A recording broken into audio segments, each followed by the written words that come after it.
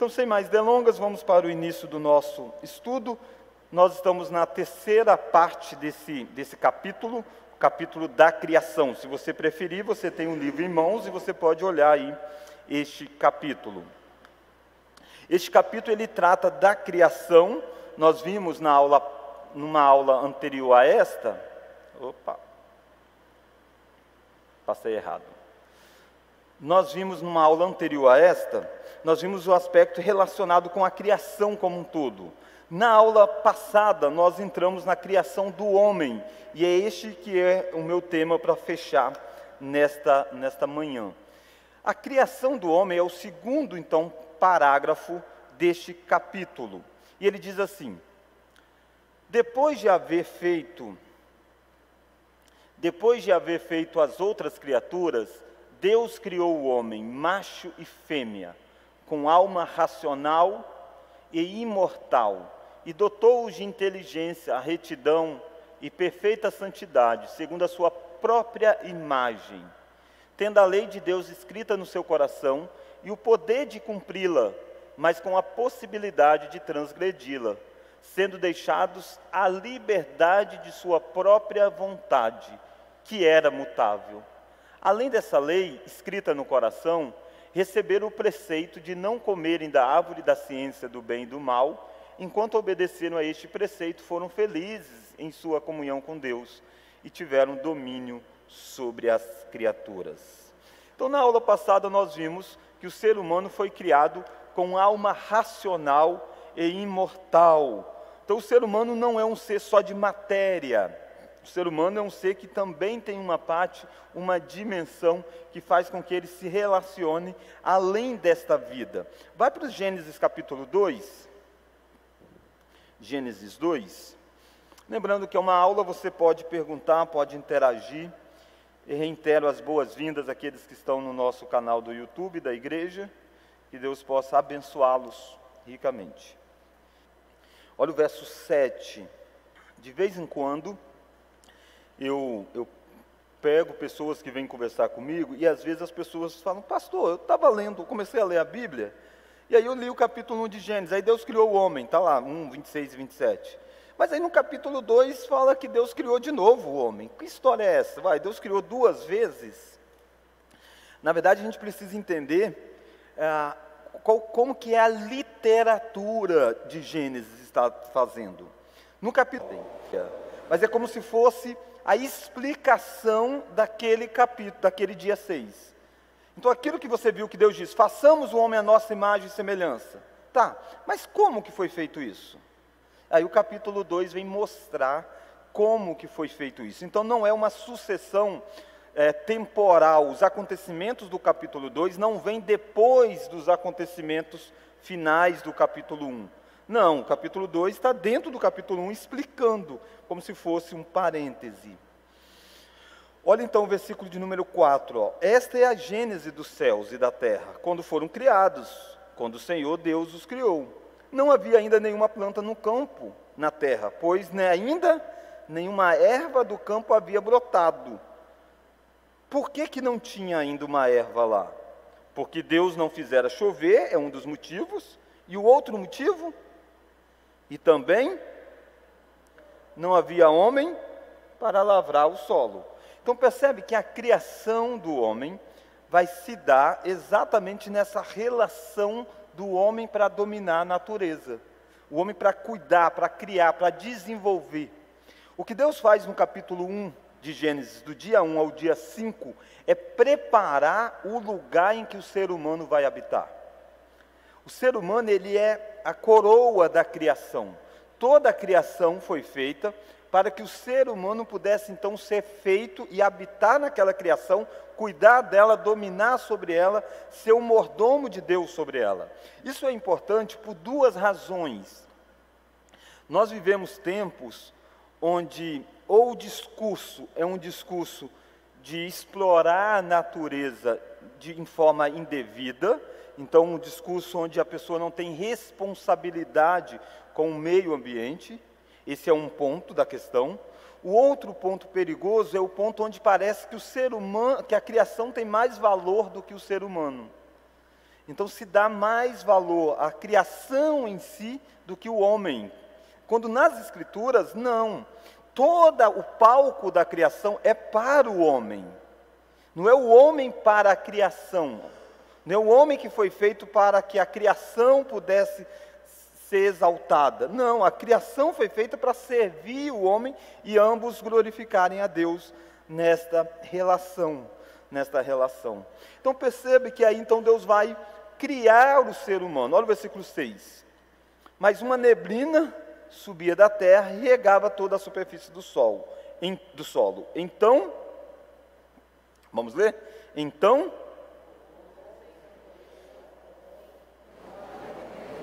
e lhe soprou nas narinas o fôlego de vida, e o homem passou a ser alma vivente.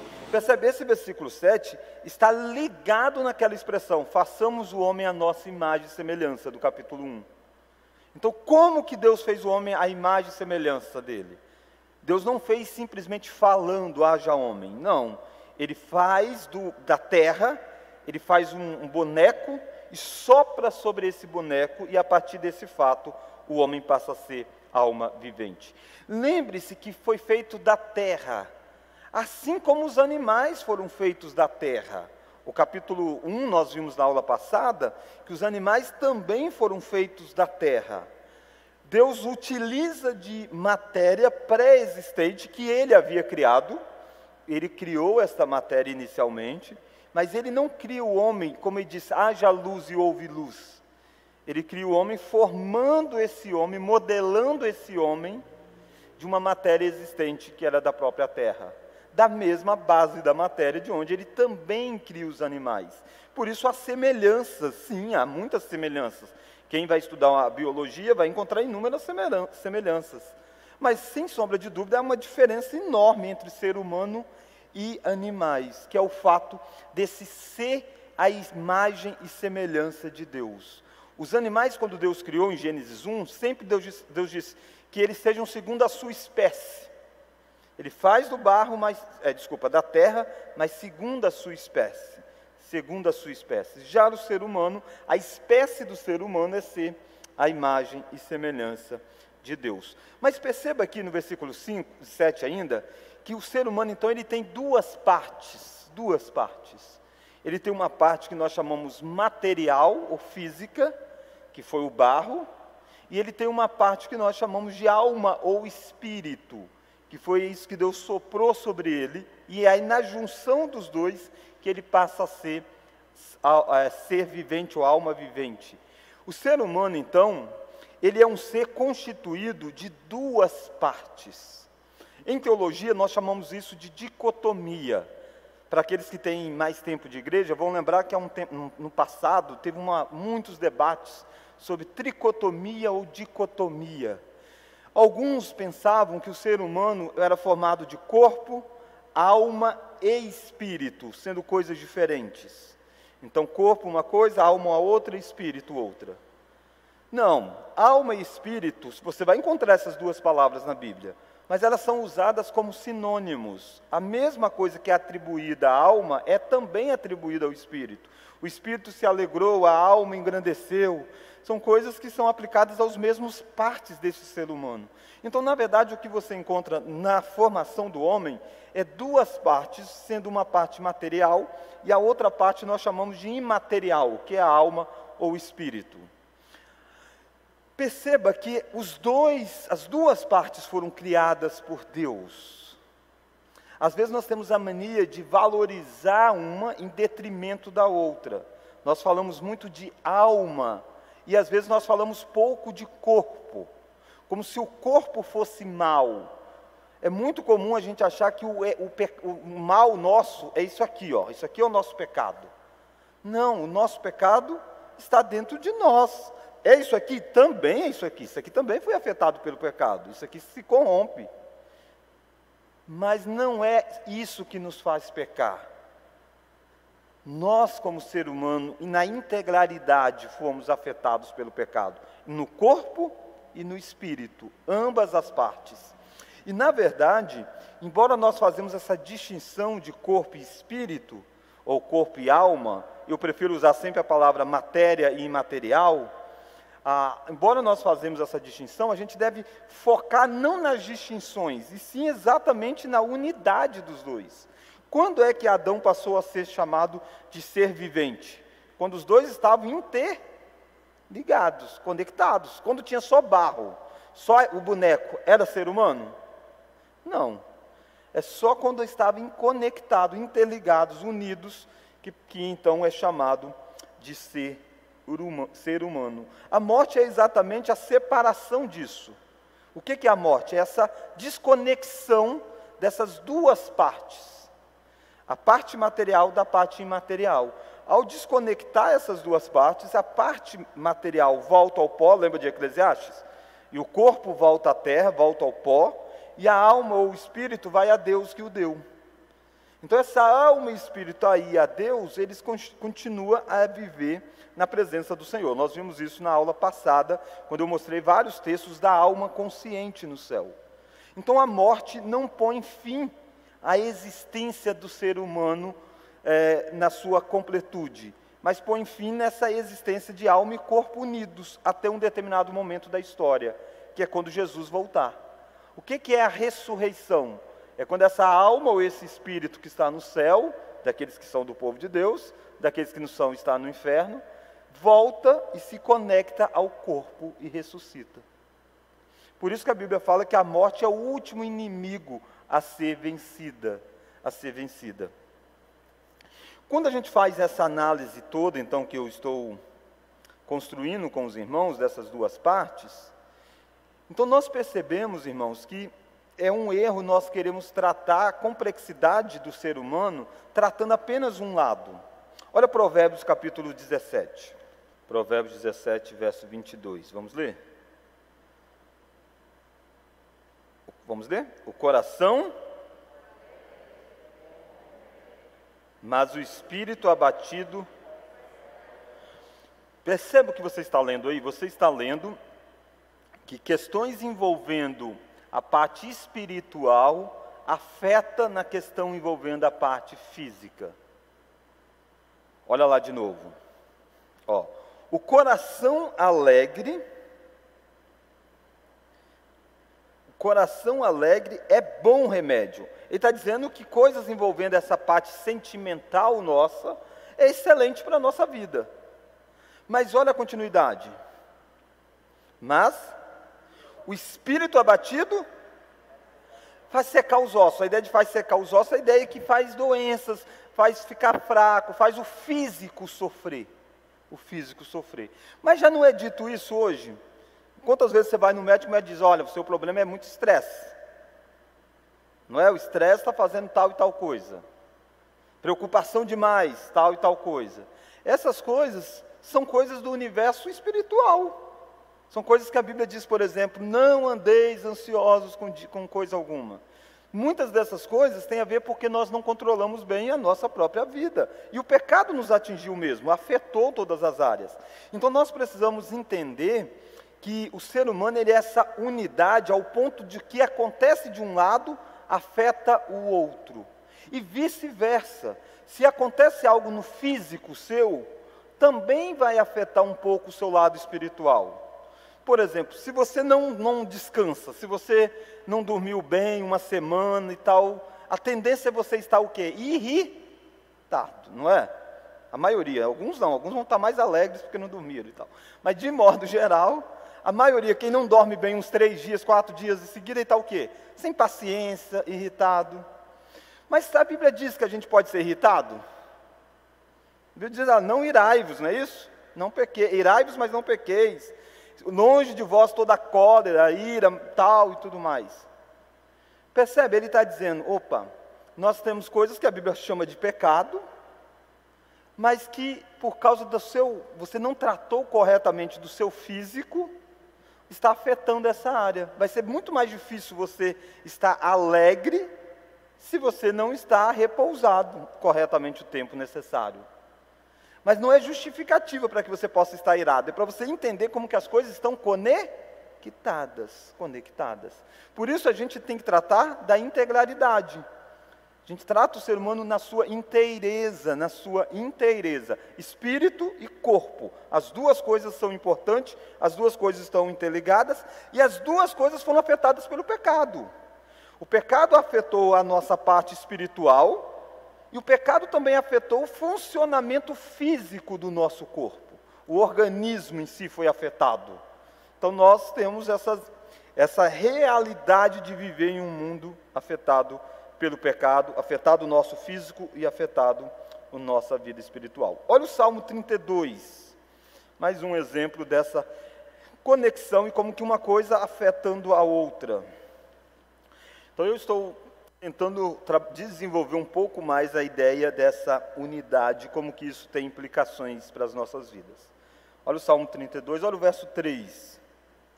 Enquanto... Então, isso aqui é o quê? Espiritual, não é?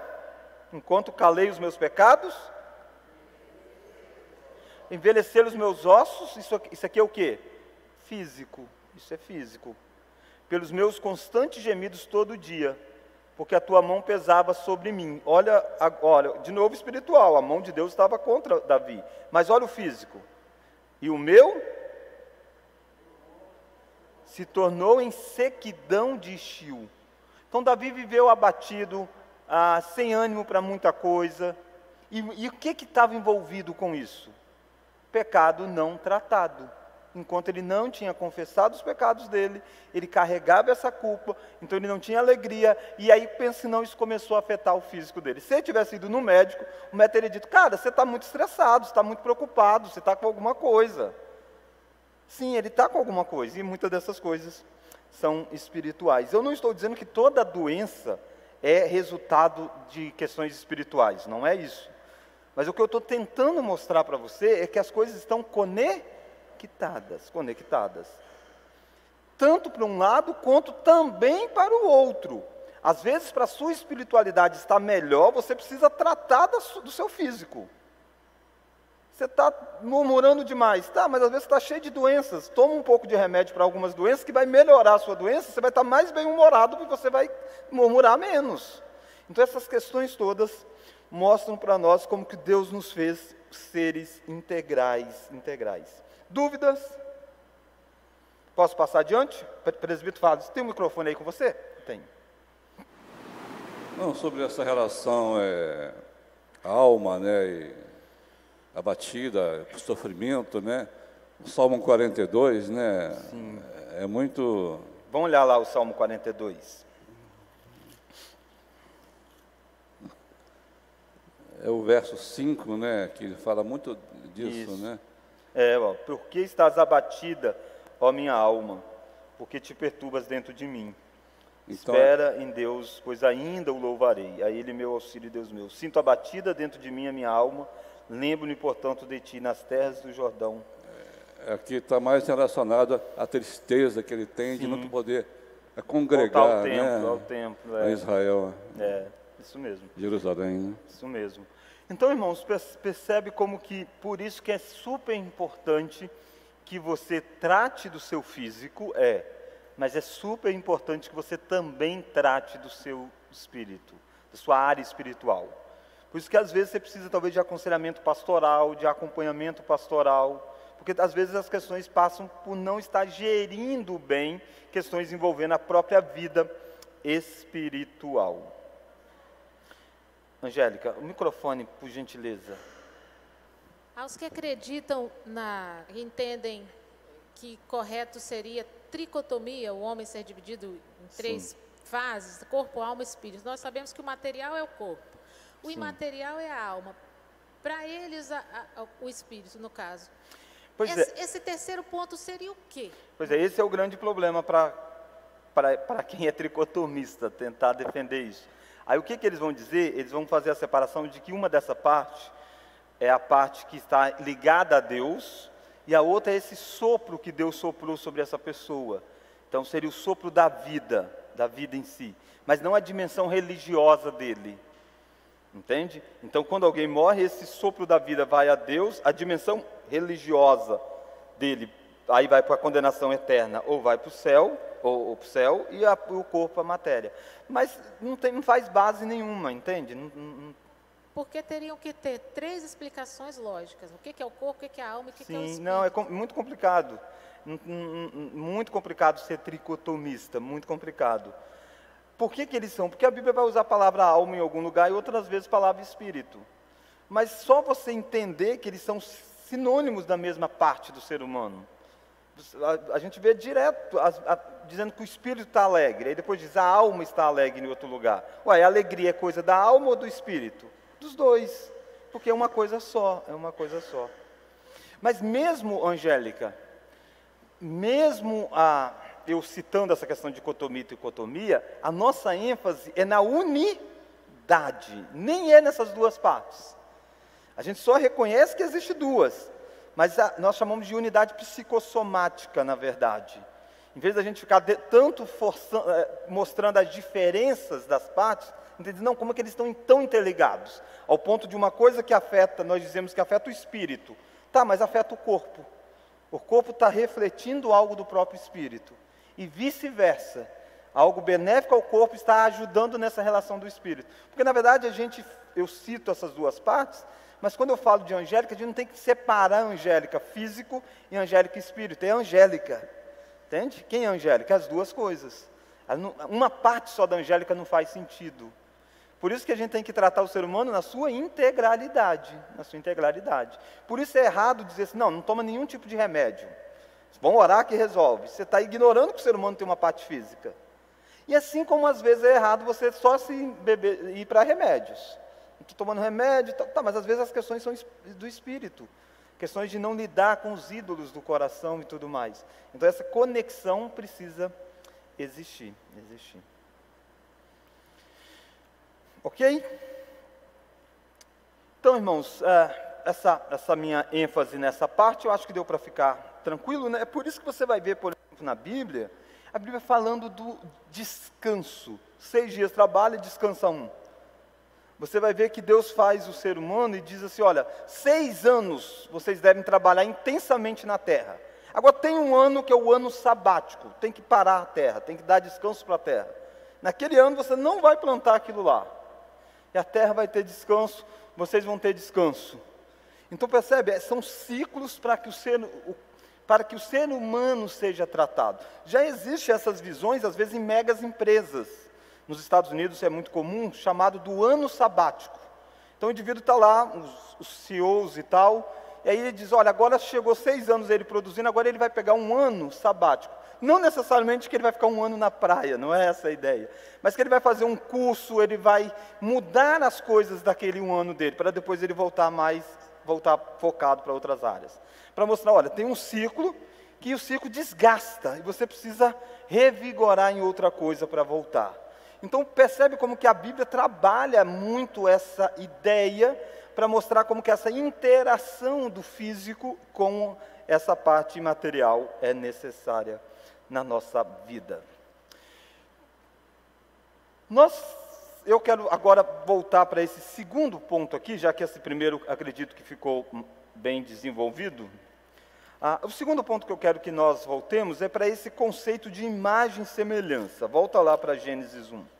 Olha o verso 26, ó. Façamos o homem a nossa imagem, conforme a nossa semelhança. Não há aqui duas grandes diferenças entre imagem e semelhança, como se uma coisa fosse um aspecto e o outro a outra. Na verdade, são dimensões da mesma realidade, dessas características que nós temos, que foi Deus mesmo quem nos deu. Essas características são demonstradas de várias formas, como espiritualidade, como a ideia de se relacionar com o Criador, com a ideia de ser moral, bem ou mal. E eu quero hoje tratar e desenvolver um pouco mais a ideia de ser esse ser que desenvolve as coisas. Olha lá Gênesis capítulo 1, 26 de novo. Ó, tem a ele, vamos ler agora? Domínio. Domínio é algo que só o Criador deveria ter. Ele criou, ele pode dominar. Quem criou não foi o homem, foi Deus. Deus criou as coisas em 6 dias. Mas ele pega o homem e dá ao homem a imagem e semelhança de Deus e diz, você agora tenha domínio. Eu estou dando a você o poder de dominar sobre a criação. Você vai ser o meu vice-regente. É isso que é a ideia da imagem e semelhança de Deus em relação ao mundo criado por Deus. Nós, seres humanos, foi dado a nós uma missão de desenvolver coisas a partir daquilo que Deus fez. Deus criou tudo em 6 dias, toda a matéria está aí, agora nós vamos trabalhar a matéria criada e formar coisas, desenvolver estas coisas. Naturalmente que o pecado afetou isso, esse desenvolvimento seria um desenvolvimento tranquilo, rápido, um desenvolvimento eficiente, mas devido ao pecado, muitas coisas se complicaram nessa jornada, a terra foi amaldiçoada, e nós, ao dominar sobre ela, nós encontramos resistência, e nós então lutamos contra. Então, governar alguma coisa, criar alguma coisa, produzir algo, passa a ser difícil. Basta você ver o seu trabalho, sua empresa ou qualquer coisa. Por que não é só você dar uma série de regras que está resolvido? Seria tão bom, né? Você vai lá, dar uma série de regras, precisa fazer isso, isso, isso, pronto. Não é assim. Gente que é leigo, a gente olha de fora e vê, sei lá, um supermercado. Você diz, rapaz, isso é um negócio bom demais, vai, todo mundo precisa comprar para comer e tal. Mas de vez em quando você diz, o supermercado quebrou. Mas como que quebra? Mas quebra. Não é fácil gerir as coisas. Nós estamos lutando contra um mundo que está em rebeldia conosco, mas Deus nos deu esse mandato agora de desenvolver essa criação, por causa da queda, bem mais difícil. Irmãos, ser imagem e semelhança de Deus não é uma coisa acrescida em nós, não é uma coisa assim que nós podemos ser ou não ser, nós fomos feitos assim, ser humano é a imagem e semelhança. Nós podemos não refletir corretamente, mas nós somos esse ser, nós dominamos, agora nós podemos dominar de forma correta ou de forma errada. Nós podemos pensar de forma correta ou podemos pensar de forma errada. Nós podemos usar a inteligência para o bem ou podemos usar a inteligência para o mal. Mas usar a inteligência é uma característica de sermos o quê? A imagem e semelhança de Deus. Percebe o que é imagem e semelhança? Então a imagem e semelhança não é necessariamente aquilo que você faz com isso. Não, isso está na nossa essência, em quem nós somos. Nós nunca deixaremos de ser a imagem e semelhança, mesmo quando Jesus voltar. O que nós seremos é a imagem restaurada, perfeita. O pecado embaçou essa imagem, e aí nós passamos a ter dificuldades em refletir Deus para as pessoas, em refletir Deus. Olha então comigo agora em Gênesis capítulo 3, olha o versículo 18. Deus dizendo para Adão depois do pecado, ela aqui é a terra, vamos ler? Produzirá também? Esse também não ia ter antes. Ela não iria produzir cardos e abrolhos, mas agora ela vai também. E tu comerás a erva do campo. Está dizendo, mas você vai continuar comendo a erva do campo. Olha o versículo 18, para você ver como é que essas ordens de Deus, aqui está a consequência do pecado.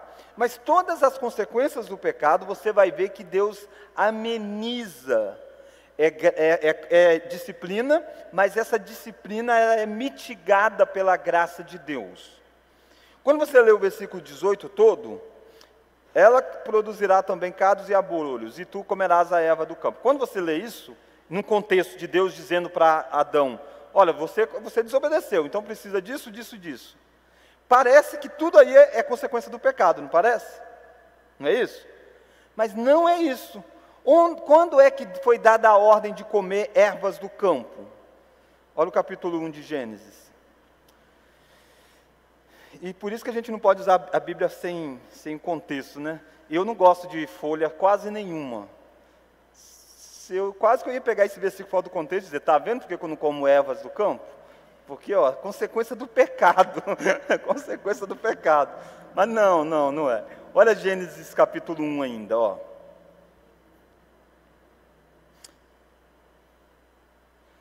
Olha o versículo de número 29. E disse ainda, eis que vos tenho dado a superfície da terra e todas as árvores em que há fruto, que dê semente, e isso vos será para mantimento. Percebe que já tinha sido dado para comer. O que é que Deus está fazendo ao dar os castigos para Adão? Ele está dizendo, ei, a terra agora que você tinha essa relação tão pacífica, você plantava, semeava, colhia, comia, agora ela vai produzir cardos e abrolhos. Mas você pode comer da erva do campo ainda. Eu não estou tirando de você o direito de desfrutar da natureza. Só que esse desfrute da natureza agora vai ser com consequências fortes. Percebe? Existe o castigo e existe a graça mitigando. E aí ele vai continuar, ó. Olha lá o versículo 18, ó. Do suor do rosto comerás o teu pão. Percebe? O tu comerás a erva do campo, Deus continua permitindo, ainda continua sendo graça. Deus podia ter barrado isso e ter dito, a partir de agora você não pode comer de mais nada disso, você vai morrer. Deus está dizendo, não, você vai comer da erva do campo, mas você vai comer agora a partir do suor do teu rosto. Vai ser com dificuldade, com luta, até que tornes a terra, pois dela foste formado, porque tu és pó e ao pó tornarás. Então ele está dizendo, você vai morrer, mas isso vai ser um processo, você vai poder desfrutar da criação, mas você vai relacionar com a criação, ciente de que ela está na contramão, vai ser do suor do teu rosto. Se você voltar no versículo 17, e não é a minha ênfase, mas só para você ver que esse é o padrão aqui mesmo. Olha lá o versículo 17. Versículo 16, melhor dizendo. Olha Deus dizendo para Eva. Eva também pecou, né? Olha Deus dizendo para Eva. E a mulher disse, vamos ler? Multiplicarei sobremodo sofrimentos da tua gravidez. Em meio de dores darás à luz filhos, e o teu desejo será para o teu marido, e ele te governará. Percebe que no versículo 16, diz aí para nós, ó, que em meio a dores dará à luz a filhos. Qual que é o castigo aí? A dor. Qual que é a graça de Deus mitigando ainda? Dar à luz a filhos. Ele tinha dado a ordem para dar à luz a filhos quando? Antes do pecado, em Gênesis 1, 27, antes da serpente. Ele diz, crescei, multiplicai e enchei a terra. O homem pecou, ele está voltando e vindo para Eva dizendo, ei, agora você vai ter, vou multiplicar sobremodo as dores, mas ainda você vai continuar gerando. Eu não estou tirando de você o direito de gerar filhos, mas agora é com dor, é com luta e com sofrimento. E não é só dor física, é dor mesmo, porque agora é um mundo afetado pelo pecado. Filhos dão trabalho, filhos ficam doentes, filhos dão febre. Você se preocupa, mesmo quando está tudo bem, você vai até olhar e está dormindo direitinho, não chorou essa noite? Aí você acorda porque a neném não acordou. Você diz, será que aconteceu alguma coisa? Não acordou, tem que ir lá ver. Então a gente vive em um mundo de preocupações, né? De preocupações. A graça, a gente usa a palavra mitiga, porque ela tem a disciplina, mas ele não deixa que a disciplina vá ao limite e não tem graça no meio da disciplina. Tem disciplina, mas tem graça. Esse tem que ser um modelo até para nós, quando a gente disciplina pessoas e tudo mais. Às vezes a gente acha que graça e disciplina, elas não andam juntas, né? Se tem disciplina, não tem graça. Ou se tem graça, não tem disciplina. Elas estão juntas. Deus não disse que não vai acontecer nada. Mas Deus não tirou ainda as coisas de acontecerem. Ainda tem o direito de comer, tem o direito de fazer, mas é com isso, com aquilo outro. Eu não sei quantos já tinham reparado, né? A da gravidez talvez sim, mas essa da Eva, do campo, isso é uma sequência, é um padrão nessa consequência do pecado. Às vezes a gente lê isso aqui só como o juízo, tem o juízo, mas em todos esses juízos Deus está mitigando. Porque qual foi a ordem? No dia em que você comer, certamente morrerás, lembra? Você vai morrer. Comeu do fruto proibido, Deus podia chegar e dizer, acabou, morreu, acabou. Deus estava sendo justo. Mas Deus está dizendo, não, você vai poder continuar comendo, você vai poder continuar dominando, você vai poder ter filhos ainda. Mas tudo isso agora vai ser com muitas lutas, muitas lutas. E aí é a descrição. Olha, então volta lá para Gênesis 3 ainda, e aí você vai ver o homem, olha o homem reagindo a essa fala de Deus, que é Adão. Olha o verso 20. E deu o homem o nome de Eva, sua mulher, por ser a mãe de todos os seres humanos. Perceba que Adão dá Eva só se passa a se chamar Eva depois da queda. Antes ela se chamava a mulher, a varoa, do varão foi tirado. Era varão e varoa. Agora ela vai se chamar Eva. Por que o nome é Eva? Qual que é o significado aí? Porque a mãe de todos. Por que Adão dá esse nome? Porque Deus diz que ela vai dar à luz a filhos. Ele está crendo naquilo que Deus disse. Ele está dando nome à mulher. Ele está governando sobre ela. Aquilo que ele não fez quando a serpente veio e ludibriou Eva. Percebe? Ele está dizendo, ei, essa mulher vai se chamar Eva, porque Deus vai permitir que ela seja a mãe da descendência. Mesmo que seja com dores, mesmo que seja com tudo isso, nós vamos comer do fruto, nós vamos continuar vivendo com o sofrimento, com as consequências, mas Deus está agindo, está agindo. Ok, então nós vimos essa parte, e eu quero agora mostrar terrivelmente essa imagem sendo usada de forma errônea depois da queda, essa capacidade toda. Olha agora, então, Caim vai matar Abel, você conhece a história, né? Capítulo Gênesis 4. Olha o versículo 1, ó. Coabitou o homem com Eva, sua mulher, esta concebeu e deu à luz a Caim. Então disse, adquiri um varão com o auxílio do Senhor. Olha aí, Eva dizendo, ó, foi com Deus, foi com auxílio, foi com dores, não foi? Mas foi com o auxílio do Senhor, do Senhor. Ela não se desconectou de Deus depois da queda. Depois deu à luz a Abel, seu irmão. Abel foi pastor de ovelhas, Caim labrador e tal. Aí aqui a história vocês conhecem. Então eles estão dominando lá a natureza, cuidando, com muitas lutas e tal, vivendo. Caim vai matar Abel, e aí a história se desenvolve. Olha o versículo 17.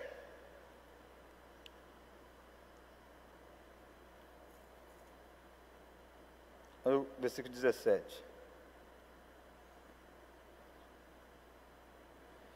E coabitou Caim com sua mulher, ela concebeu e deu à luz a Enoque. Caim, e lhe chamou Enoque o nome de seu filho. Irmãos, olha o que está acontecendo aqui. O que parece bonito, né? Fez uma cidade dar o nome do filho.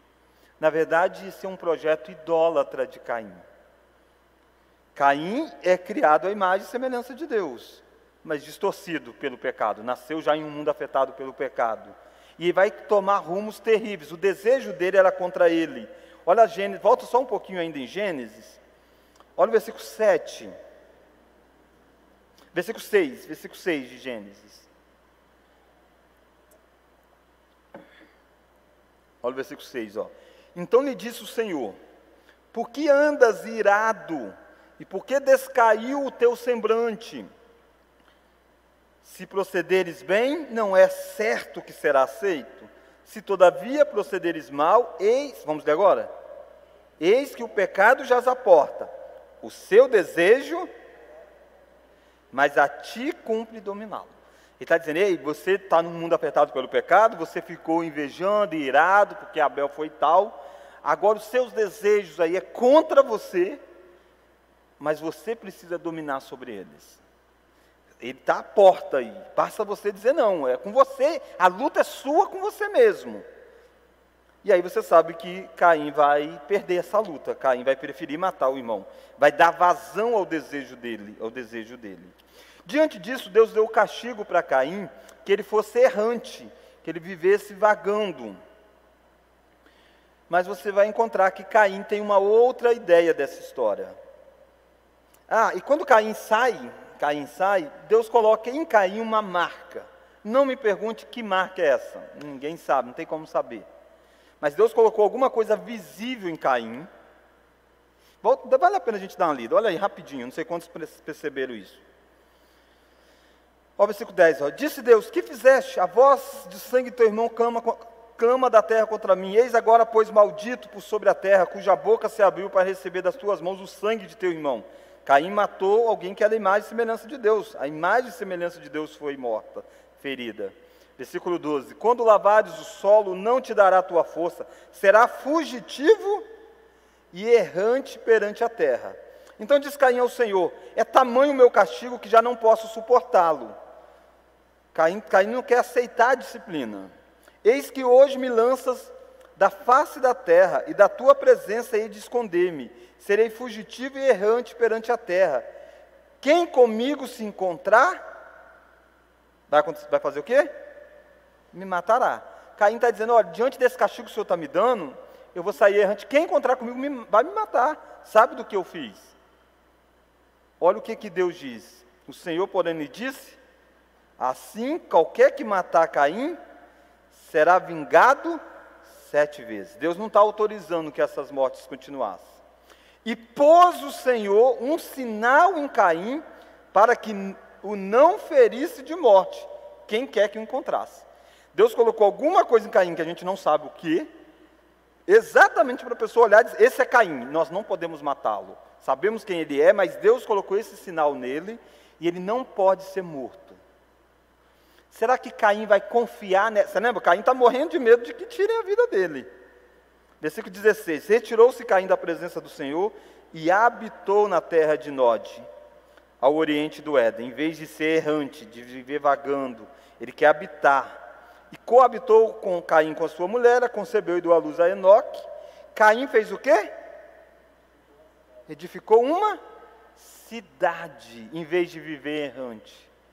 E uma cidade é símbolo de proteção no mundo antigo.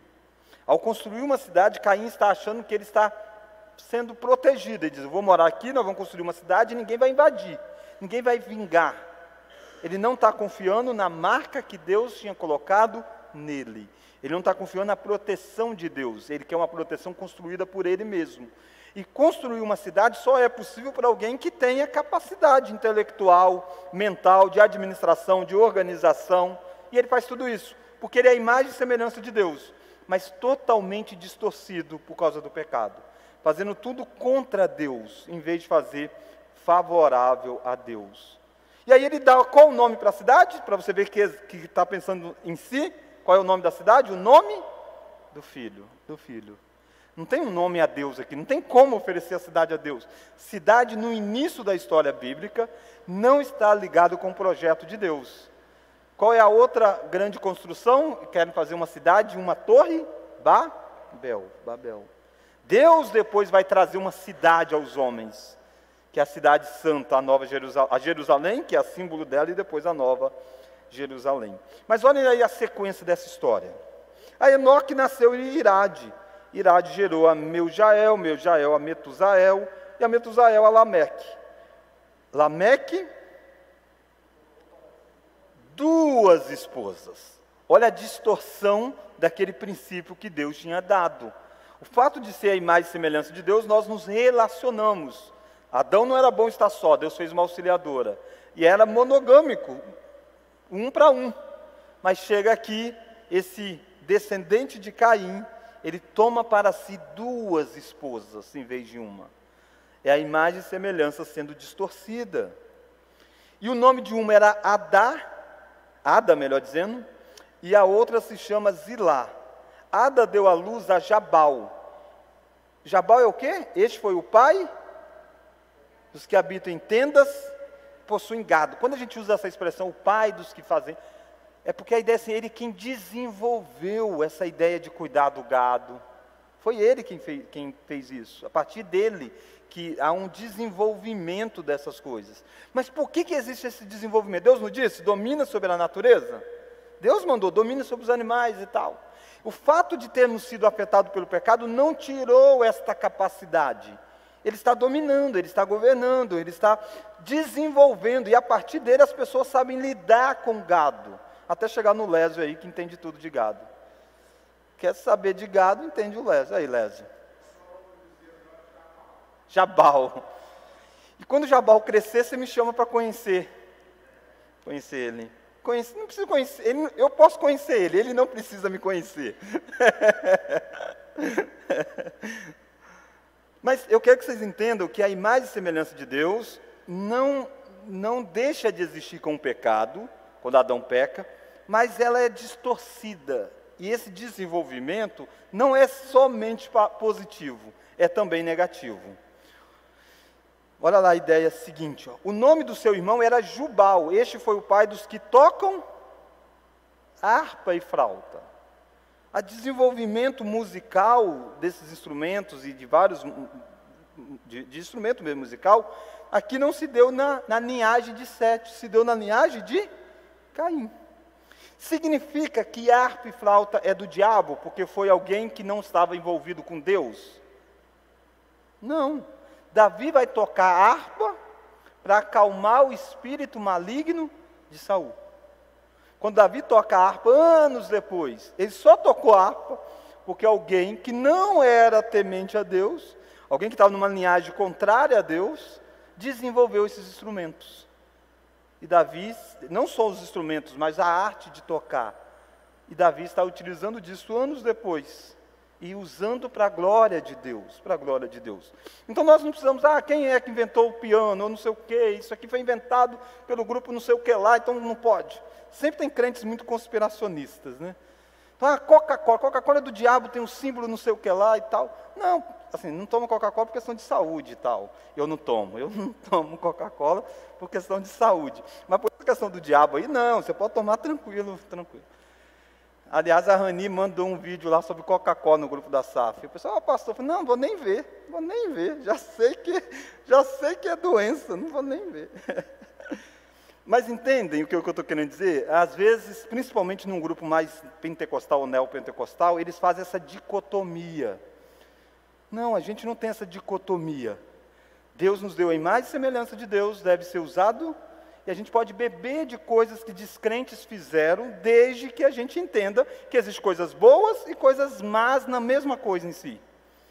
A mesma harpa aqui, mesmos instrumentos, também foram usados para coisas terríveis nas Escrituras. O problema não está no instrumento, está em quem usa ele. Não está na harpa, está em quem usa. Verso 22. Zilá, por sua vez, deu à luz a Tubacaim, artífice de todo instrumento cortante de bronze, de ferro. Todo esse desenvolvimento se dá na linhagem de Caim. Ó. A irmã de Tubacaim foi Naamã. Olha o Lameque agora. Disse Lameque às suas esposas. Vamos ler? Ada e Zilá, vós mulheres de Lameque, escutai o que passa a dizer-vos. Matei um homem porque ele me feriu, e um rapaz porque me pisou. 7 vezes se tomará a vingança de Caim. De Lameque, porém, 70 vezes 7. Se você reparar, esse texto está recuado um pouquinho aí na sua Bíblia, não está? Não está não? Tá? Deveria estar. A ideia de que é uma poesia, né? Ele foi escrito como uma poesia. Essa é a segunda poesia que você tem na Bíblia. A primeira poesia você vê de Adão, dizendo, esta afinal é osso dos meus ossos, carne da minha carne. Também de um homem falando para uma mulher, engrandecendo a mulher, engrandecendo Deus, óbvio, mas engrandecendo a mulher, valorizando-a. Agora você tem o segundo poema. Se o primeiro foi feito antes da queda, esse segundo pós-queda. Nesse segundo você vê uma distorção enorme. Você vê um homem que, de certa forma, está quase que ameaçando esta mulher.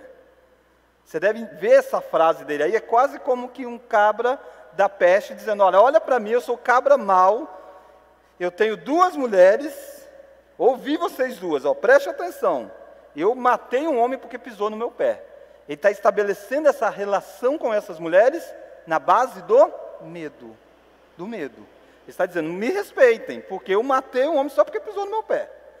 E ele debocha da punição. Lembra que Deus é quem disse, quem matar Caim será punido 7 vezes. Aí diz, a punição de Caim seria 7, a de Lameque será quanto aí? 70 vezes 7? 70 vezes 7. Tudo isso ele faz de uma forma meio que poética. Depois da gente ter visto coisas envolvendo instrumentos musicais, ele está meio que utilizando da arte, talvez tenha feito até uma musiquinha lá, dizendo, olha, é isso aí. Então você vê a distorção da imagem e semelhança de Deus, fazendo com que seres humanos façam coisas terríveis, terríveis. Embora as coisas em si só podem ser feitas porque são imagens e semelhanças de Deus. Só pode ter essa inteligência de formular coisas, porque são a imagem e semelhança de Deus, mas contra o próprio Deus, ou contra os princípios de Deus. E aqui está a gravidade do pecado. Quando você vê um cara brilhante, musicalmente falando, e aí você vê o conteúdo da música, às vezes, totalmente profana. Aí está a gravidade disso. Todo esse brilhantismo musical dessa pessoa é porque ele é a imagem foi feito à imagem e semelhança de Deus. Ele não conseguiria fazer nada disso se ele não fosse criado por Deus dessa forma. Sem a imagem e semelhança de Deus, ele seria como um animal. Ele foi criado da mesma matéria de um animal. Mas por ser a imagem e semelhança de Deus, é capaz de fazer coisas brilhantes. Mas ele pega essas coisas brilhantes, que Deus é quem o capacitou para fazer, e ofende quem o fez dessa forma. Isso torna o pecado ainda mais grave de todos nós. Porque nós pecamos com os instrumentos que são de Deus, com a capacidade dada por Deus, com o corpo que foi criado por Deus, com a parte material que foi dada por Deus, com toda a capacidade que a gente tem. Ninguém peca se não tiver capacidade. Mas a nossa capacidade não deveria nos levar a pecar. E nós pecamos, tornamos as coisas piores, e isso agrava ainda mais. Irmãos, quero fechar dizendo que o ser humano foi criado tendo a lei de Deus escrita no coração. Aqui a gente não precisa desenvolver muito, porque, na verdade, a confissão está voltando a um tema lá do capítulo 1, que nós vimos, sobre o senso moral. Eu só quero que você leia Romanos 1 comigo, Romanos 2, melhor dizendo. Mas a gente já tratou dessa matéria, por isso que intencionalmente eu deixei para passar bem rápido mesmo. Olha Romanos 2. Dessas características de sermos a imagem e semelhança de Deus é essa ideia de moralidade. Gênesis 2, verso 14. Quando, pois, os gentios que não têm lei procedem por natureza de conformidade com a lei, não tendo a lei, servem eles de lei para si mesmo. Por quê? Estes, vamos ler, mostram a norma da lei gravada no seu coração, testemunhando-lhes também a consciência e os seus pensamentos, mutuamente acusando-os ou defendendo-se, no dia em que Deus, por meio de Cristo Jesus, julgar os segredos dos homens de conformidade com o meu Evangelho. Então todo ser humano tem os princípios morais lá dentro gravados.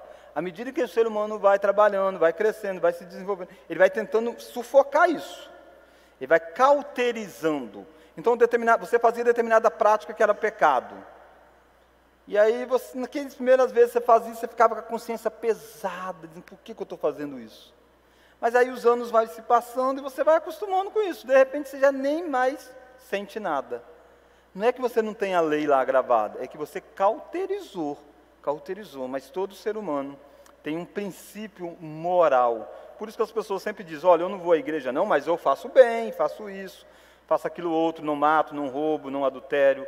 Ele está dizendo, eu sou moral, tá? Eu tenho moralidade, porque ele tem a lei gravada. Vamos ver esse quarto item. O ser humano foi criado com poder para cumprir a lei de Deus, mas podendo agir contrário à própria natureza. É só por isso que entrou o pecado no mundo. Haverá um capítulo que a gente vai tratar disso, como que Adão, criado perfeito, pecou. É porque ele tinha a liberdade de agir contrário à natureza. Mas aí a gente vai detalhar isso. Vamos orar? Deus, obrigado porque o Senhor nos fez seres maravilhosos, seres criados com a imagem e semelhança do Senhor. Nós somos capazes de tantas coisas, ó Deus. A humanidade é capaz de tantas coisas. Quando nós olhamos para o mundo e analisamos historicamente o quanto que a tecnologia, por exemplo, se desenvolveu, como que o Senhor fez pessoas capazes de, através de um pequeno aparelho, nós falarmos com pessoas que estão distantes geograficamente, até vê-las. E só é possível porque nós temos inteligência. Obrigado, ó Deus, porque remédios foram criados, vacinas e tantos. Agradecemos, ó Pai, porque tudo isso mostra o quanto que o ser humano tem potencial para trabalhar e desenvolver naquilo que o Senhor mesmo fez. Mas, Deus, esse mundo é também um palco de egoísmo, um palco de interesses pessoais, de corporativos. Por isso, ó Deus, esse desenvolvimento muitas vezes não é para a glória do Teu nome, mas apenas pensando no bem pessoal. Quantas guerras surgiram na humanidade, ó Deus, por causa de armas potencialmente desenvolvidas, por causa de tecnologia desenvolvida. Quanta maldade passa pelas redes de internet, ó Deus.